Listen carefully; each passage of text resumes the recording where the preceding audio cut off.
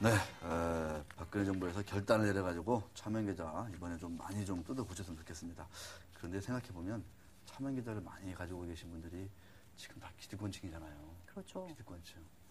어떻게 보면은 보수층이잖아요. 대부분. 저항이 많을 거잖아요. 여당이잖아요. 그죠? 진짜 할까요?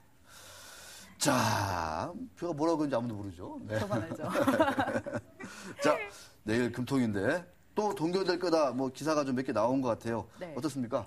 뭐 큰 이변이 없는 한 기준금리는 내일도 현 수준이 2.5%에서 동결될 것으로 전망을 하는데요. 뒷부분에서 자세하게 말씀을 드리겠지만 대내외적으로 지금 금리를 움직일 만한 어떤 요인이 없다라는 게 대다수 전문가들의 뭐 전망인 것 같습니다. 근데 한국은행에서 지난달에 네. 종전 경제 성장률 2.6%를 2.8%로 상향 조정을 했는데요. 그렇죠. 이 말은 즉슨 향후 경기가 지금보다는 조금씩은 나아질 것이다 라는 낙관적인 전망이잖아요. 그래서 더 이상의 추가 인하는 힘들지 않을까라는 게 저를 포함한 저는 전문가는 아니죠. 하지만 저도 그렇게 생각을 하고 네. 대다수 전문가들이 그렇게 보고 있는 것 같습니다. 알겠습니다.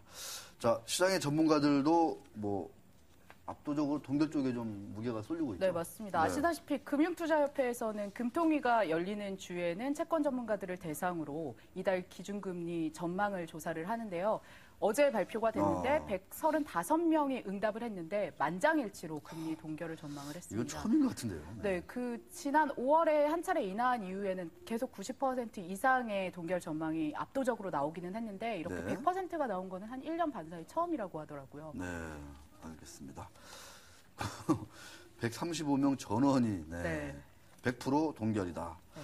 자, 국내 요인부터 한번 좀 간략하게 한번 짚어볼까요? 좀 뭐 동결에 이렇게 100% 다들 동의하는 이유가 분명히 있을 것 같습니다. 네, 뭐 대내적인 요인을 먼저 살펴보겠는데요. 대내적으로 지금 금리를 움직일 만한 뚜렷한 이벤트가 없다는 겁니다. 우선 국내 경기 상황을 살펴보면 한은이나 기획재정부가 경제 성장률 전망치를 소폭 상향 조정한 것처럼 경기가 어느 정도 바닥을 찍고 있다는 전망이 압도적으로 많습니다. 네. 일부 경기 지표들이 이를 입증해 주기도 하는데요. 그 향후 경기 상황을 진단해 볼 수 있는 선행지수가 3개월 연속 상승폭을 확대를 하면서 네.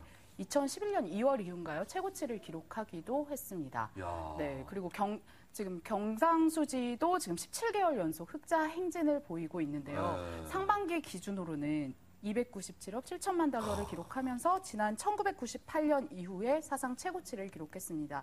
이런 것들을 보면 어느 정도 경기가 더 이상 아래로 네. 떨어지지 않지 않을까라는 전망들이 나오고 있고요. 네. 이런 것들이 대내적 요인으로 지금 동결할 수밖에 없다라는 전망을 이끌고 있는 것 같습니다. 알겠습니다.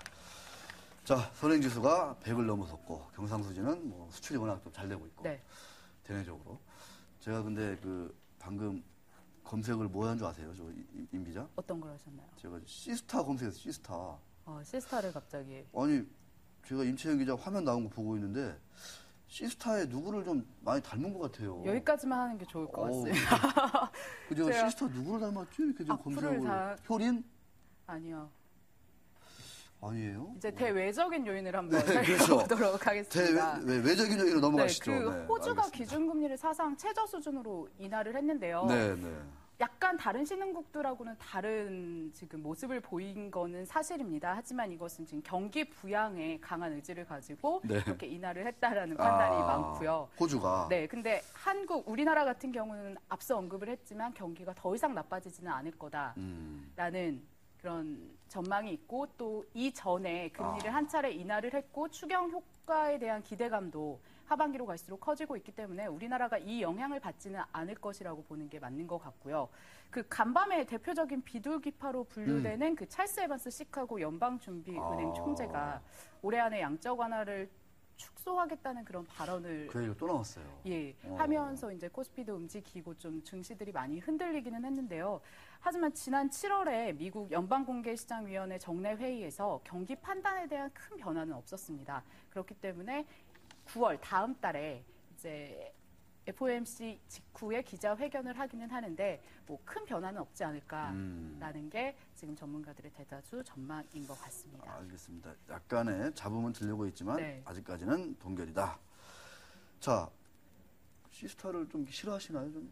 아니요, 좋아하는데요. 아, 그래요? 오늘은 금리 얘기를 하러 아, 나왔습니다. 알겠습니다. 자, 금리 네. 계속 하시죠. 네.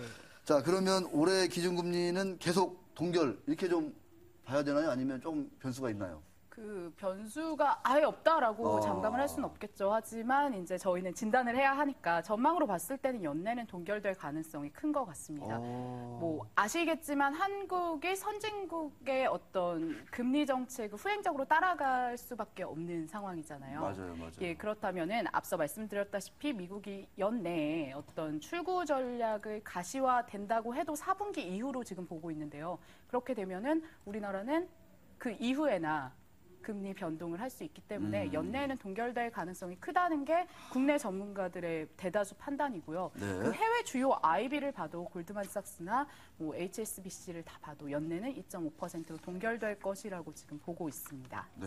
네. 해외 투자은행들 국내 기준금리 예상 그림이 좀 나와 있나요? 한번 보겠습니다. 2014년 1분기까지 2.5인 가운데 모간 스탠리만 2.75. 2014년 2분기에 가면 조금씩 변동을. 네. 2014년 2분기에 가면은 네. 골드만삭스라든가 도이치 네. 그다음에 모간 스탠리 3.0까지 봤네요. 3.0까지. 네. 그러니까 이거 해외 아이비들 의견을 보면은 내년 1분기는 좀 지나야 기준금리가 네. 조금 인하가 아니라 인상 쪽으로 갈 수 네, 있다. 이런 얘기입니다. 자, 마지막으로 또 짚어봐야 될 좀 변수가 있다면 우리 저 임채연 기자가 짧게 좀 정리해 주시죠. 네, 그 변수라고 한다면 미국의 출구 전략 이 얘기는 정말 귀에 못이 박히도록 그러니까요. 들었는데요. 이 미국의 출구 전략의 어떤 속도나 시기가 언제 가시화되느냐에 따라서 우리나라의 금리 정책 방향과 시기, 속도 등도 결정이 될 것 같습니다. 때문에 이것이 변수가 될 것 같고요. 이것을 알 수 있는 거는 이제 9월에는 기자회견이 예정이 되어 있잖아요. 그래서 벤 버냉키 의장이 맞아요. 기자회견에서 어떤 발언을 하느냐에 따라서 약간의 변수가 있을 수도 있을 것 같습니다.